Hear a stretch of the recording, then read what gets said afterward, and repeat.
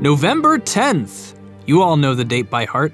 Around the world, the entire internet community is waiting. We thought it'd be a good time to cover the few hidden references found in the game that we already know about in the special early access Fallout 4 edition of Hidden History, even though we don't actually have early access to the game and all this information is coming from the trailers. So, be warned, there are gonna be some very minor spoilers for the game in this video.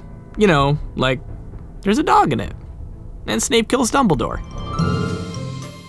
We have a few images of a brand new aircraft in Fallout 4. The best look at it probably comes from this very awesome piece of concept art. We also know the name of the aircraft, the Prydwen.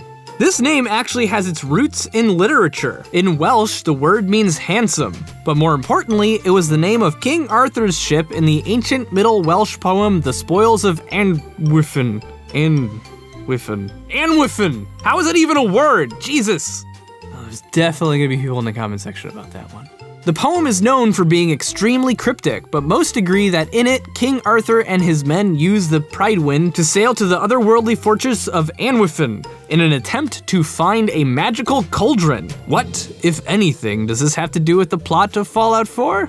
Your guess is as good as ours. The Fallout 4 trailer started out with a callback that probably made every old school Fallout fan very excited. The opening shot, a slow pullback to reveal a television and a debris-filled home, is of course a reference to the classic opening of the first Fallout game. Some of you may also remember that Bethesda's first foray into the franchise, Fallout 3, also opened with a similar homage. The references to the franchise don't stop there. The song that plays during the trailer, the Ink Spot's It's All Over But the Crying, is not only a great choice to set the mood for the trailer, it also continues the long-standing tradition of featuring the 30s and 40s blues band, a tradition that started with the use of their song Maybe in Fallout 1 and continued in Fallout 3 with Into Each Life, Some Rain Must Fall, and in Fallout New Vegas, which used their classic song, It's a Sin to Tell a Lie. One deadly vehicle that we know will be returning to Fallout 4 is the Vertibird, a powerful aircraft that has been featured in almost every game in the franchise. One thing you may not know about the Vertibird is that its name is taken from the real world. Surprisingly, the name doesn't come from any actual military plane, but from a much more innocent source, a very popular 1970s line of remote-controlled helicopter toys. Well, that's not the only interesting fact about the Vertibird. According to developers, the inspiration for the aircraft came from a couple different sources. Interplay cited the Dragonfly as being very important to its initial design. This is seen in the six-legged landing gear and twin bulges in the forward fuselage. Another place that they took inspiration from is a real-world military aircraft, the Bell Boeing V-22 Osprey. The Osprey was created by the US Department of Defense in 1988 and cost an astonishing $35 million to create. That's 1988 money.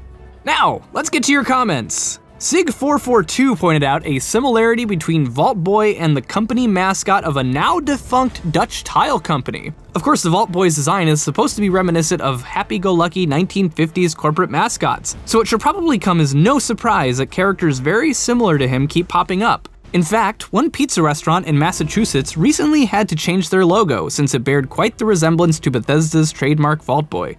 Now for our bad comment showcase, which this time comes from DJCJR1X1, who honestly has no purpose being here.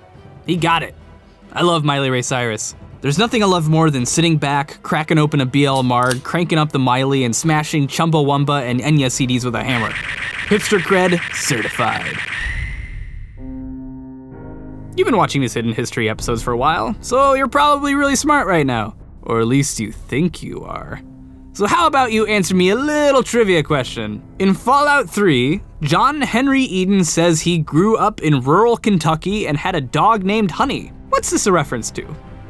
Oh, and while you're writing your answer, be sure to like and subscribe to our channel.